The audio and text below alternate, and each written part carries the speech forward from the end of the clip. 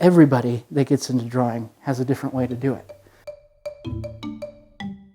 Now, most of you, I'm sure, are familiar with pencils. And drawing can be done with anything as simple as, a number 2 pencil and a piece of printer paper. There's nothing wrong with that.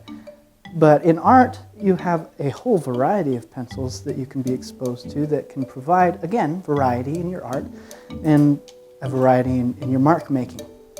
So I have here with me just a couple examples of some art pencils. This is a B pencil. B stands for black.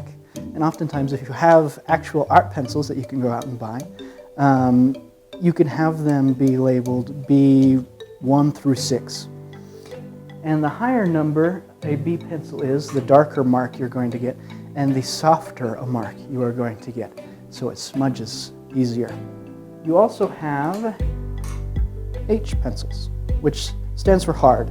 They are also numbered, and the higher in number you get in hard pencils, the harder the mark is, and the less it smudges, which can be important when you draw things. For me personally, I like using a 4 to 6 hard pencil to map out my drawing before adding details. And I go about adding details with primarily charcoal. This is a charcoal pencil here. You can't really read on this used one the name so well, but charcoal, even more than the B pencil, smudges really well. So you can get that realistic gradient from one tone to another, one value to another. And so I personally like the charcoal because it blends, but not quite so much as straight charcoal, which I do use sometimes. This here is just a charcoal stick. Probably the most smudgy, the most intense drawing utensil that you can use, which can give you some very beautiful, very, very dark effects in your drawing.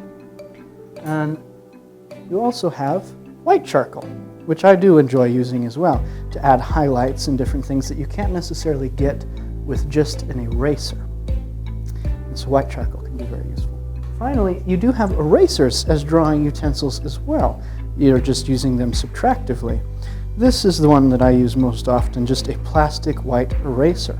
These erasers are much more useful than your typical number 2 pencil pink eraser. By virtue of the fact that it's white, the residue that it leaves is closer to paper white than the pink. And finally, you have this kneaded eraser, which is kind of cool because you can knead it and mold it into any shape that you want for whatever you want to erase. And once it gets residue on there, you can just knead it into itself, and you have a brand new eraser to use. And so those are some various kinds of erasers. And again, just the plastic white eraser, the kneadable eraser, along with various sorts of drawing utensils, are things that I would encourage you, as you get more into drawing, to explore and to find what is really you and what you enjoy to do. Like I gave the example of my process of drawing, it has been rewarding for me to see that everybody that gets into drawing has a different way to do it. Again, these are things that you can explore if you'd like to, and so I wanted to show them to you. Thanks for watching the video, you guys. That's it for this one. We'll go on to some actual principles of drawing that you guys can begin learning in our next video, and I'm so excited to teach those to you. See ya.